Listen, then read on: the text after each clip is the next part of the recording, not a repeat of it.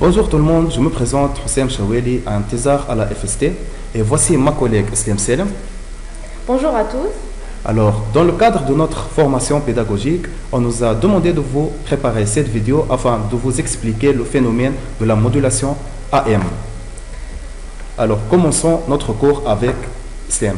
Comme Houssem a expliqué, nous étudions aujourd'hui la modulation AM. La présentation sera répartie comme suit. En première partie, la mise en route.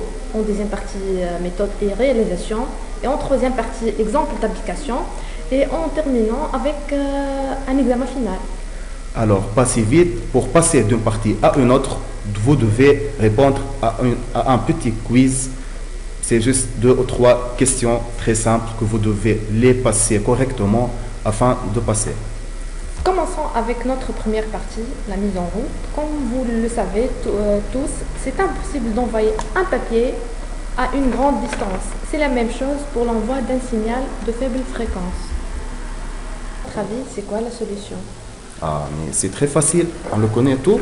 Pour envoyer un papier, on peut le mettre sur un caillou et l'envoyer la distance comme vous voulez. Alors, c'est le même principe, mais seulement dans le cas d'un signal, au lieu que l'être humain doit mettre le papier dans un papier pour l'émettre, ou bien doit enlever le papier du caillou pour le recevoir, c'est ici ce qu'on appelle un modulateur au niveau de l'émission et un démodulateur au niveau de la réception. C'est le principe de modulation.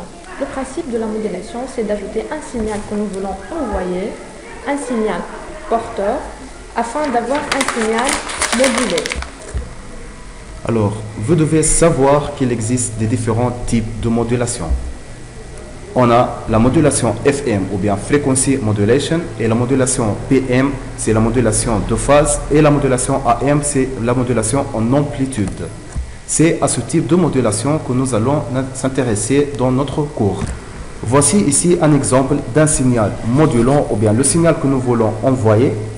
Voici, après modulation AM, ça forme, nous regardons bien que l'amplitude qui varie. Et voici un exemple pour la modulation FM.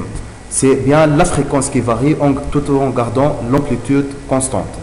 Merci pour votre attention et à la prochaine. Si vite les amis, vous avez oublié de passer le premier quiz. Alors, veuillez s'il vous plaît consulter ce site-là et entrer le mot de passe suivant. Vous allez trouver votre quiz que vous devez répondre correctement pour passer à la prochaine partie. Et merci pour votre attention.